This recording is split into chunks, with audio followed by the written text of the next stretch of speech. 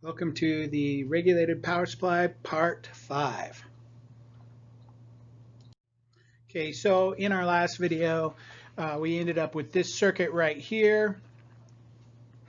And there's one little problem I need to point out. We assume that VCC, or the capacitor voltage, C1 capacitor voltage, that rail voltage that's right there, was 41.733 volts. Okay. So we know that a cap will charge and discharge. It charges up really rapidly through D1 when D1 is forward bias, but when D1 is reverse bias, it's the capacitor's job to supply the current with, or the circuit with the current. And we know that it's going to have some kind of ripple. So as we did in a few videos back, we need to figure out what the new circuit REQ and what the new VC min is going to be.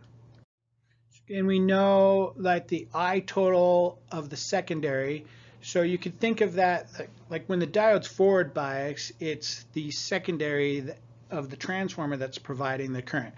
When the diode's reverse bias, it's going to be the cap that's providing the circuit current. And the cap will discharge over time depending on how much current it's needing to supply the circuit.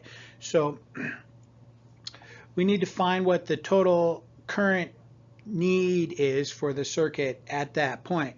And so we can see that it would be IC, the collector current of Q1, plus the collector current of Q2, plus IR1. And we know that IR1 is equal to the IR2 plus IBQ2.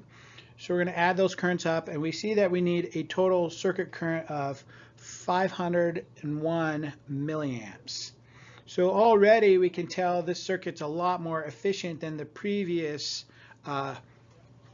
versions, because we want 0.5 amps out at the load, and the circuit is using 0.501 amps.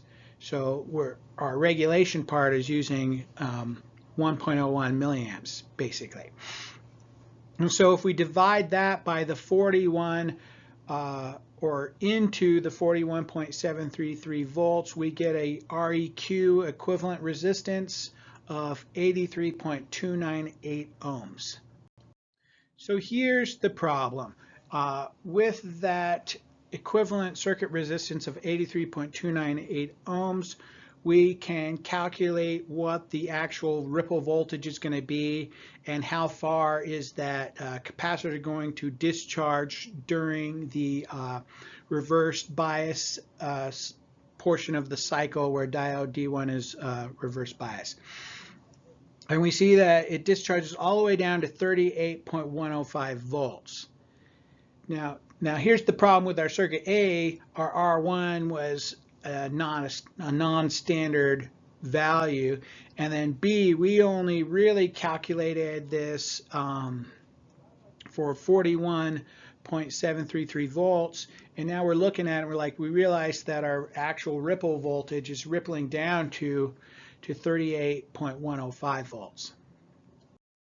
So with our R1 and R2 circuit, the circuit built the way it is now, we will see that ripple that's on the capacitor, that ripple out at the load. We'll see some kind of ripple out at the load. So how do we deal with that? Well, we might just live with it, whatever the ripple is, and you could calculate that back out by dividing the 38 volts across that branch. And because IR2, we know IR2 is 10 times IB, it shouldn't make that part of the circuit won't make a big difference. So, but now you've got the voltage across R2, and it's going to be something less than the 36.4 that we want. And if you subtract off the two diode or VBE drops on the transistors, you'll see that your voltage when we're at the 38 volts on the output will be down. It'll drop down. It'll have its own ripple out at the output. So one way to deal with that would just be to live with it, and you might not care. You might just need something that is, you know, you can that is good enough. You can live with a little bit of ripple. Whatever your load is doesn't care if it's that clean of a DC. The next obvious solution would be to just crank up the value of C1, crank that cap value up, and you can cut the ripple out in half every time you double the capacitance. But we're looking at 3+ volts of ripple right now. So if you double that to 4,400 microfarads, you're looking at about 1.5 volts. You know, double that again, you're going to keep cutting that ripple in half. But the problem is big caps are expensive, so you're increasing your cost for that capacitor C1. So the question is, can you think from previous semesters, can you think of a component that operates at a set voltage through a range of currents? Okay, so we're going to modify our circuit, and this is going to be the Zener solution. So I went on a Mauser and I looked for some Zener diodes, and I checked a range of voltages, and I found we need that voltage to be 36.4 volts. We're looking for a 36.4 volt Zener in that position. And I found a 36.3 volts, very, very close. That's, you know, and basically 36.3, if any of my VBEs are a little bit less, it'll work out and I'll be really, really close to a 35 volts on the output. And the cost for this Zener was 22 cents. So I'm trading that out, a resistor for a 22-cent part, and I'm going to work on trying to keep that filter cap the exact same. So some of the things we need to look at for the Zener is IZK. And I pulled up the data sheet here. You can see IZK is 0.5 milliamps.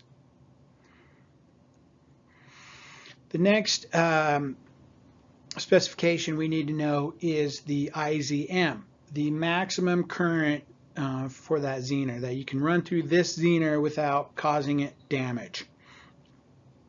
And they don't have IZM listed at the specification, but they have all the Zeners in this family of Zeners are listed as 500 milliwatts.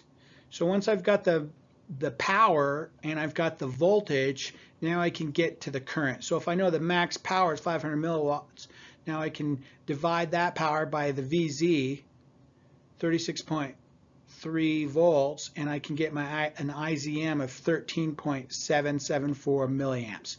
So those are the specifications I need to know. I've got a 36.3 volt Zener with an IZK of 0.5 milliamps and a 13.774 milliamp IZM. So here's what my circuit's going to look like. Replace Z1 or R2 with Z1, a 36.3 volt Zener. And I'm going to redesign my circuit for an R1.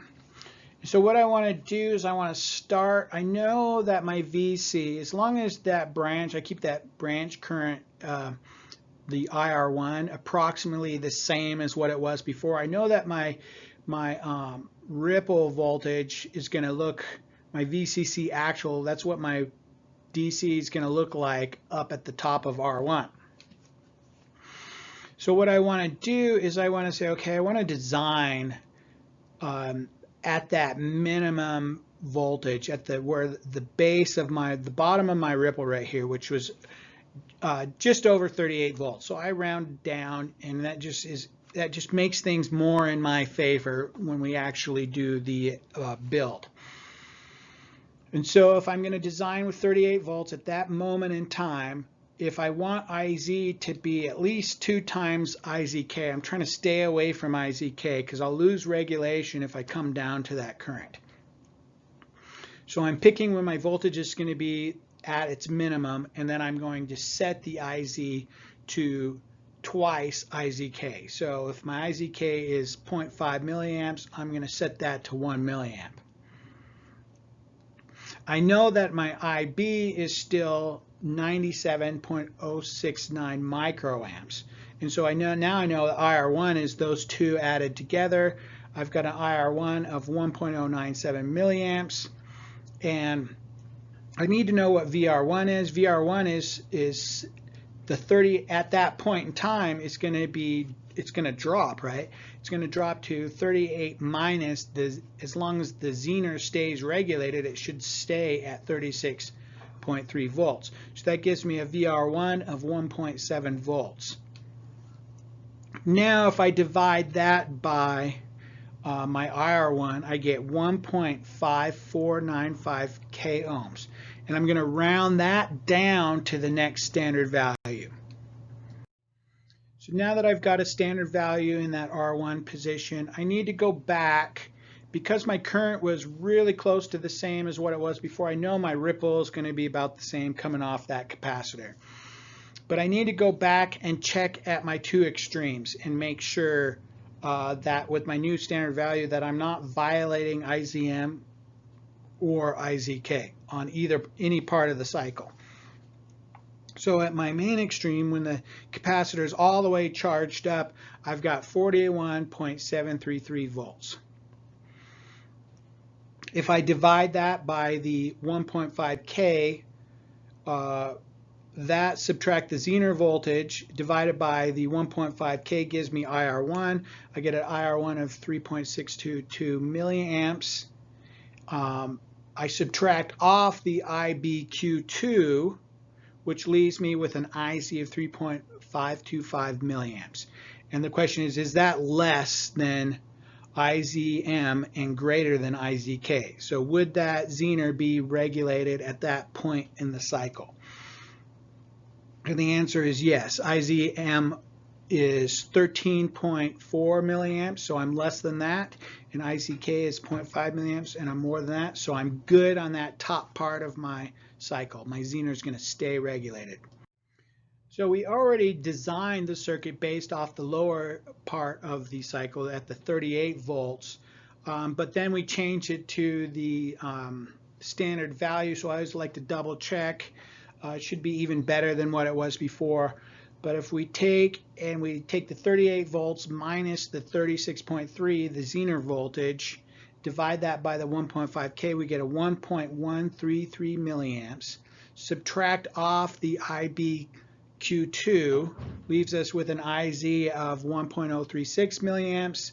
And then we're going to check, is that between IZM and IZK? And it is. We're good to go. We're just a little bit more than double IZK, so that Zener should stay regulated all day long. So, and here's our new parts list with the replaced or the new R1 and the Zener. We actually went down 10 cents for the resistor. I think the Zener went up a little bit, replacing R2, but not by much, and the R1 cost came down by going to the standard 1.5 k ohm quarter watt resistor.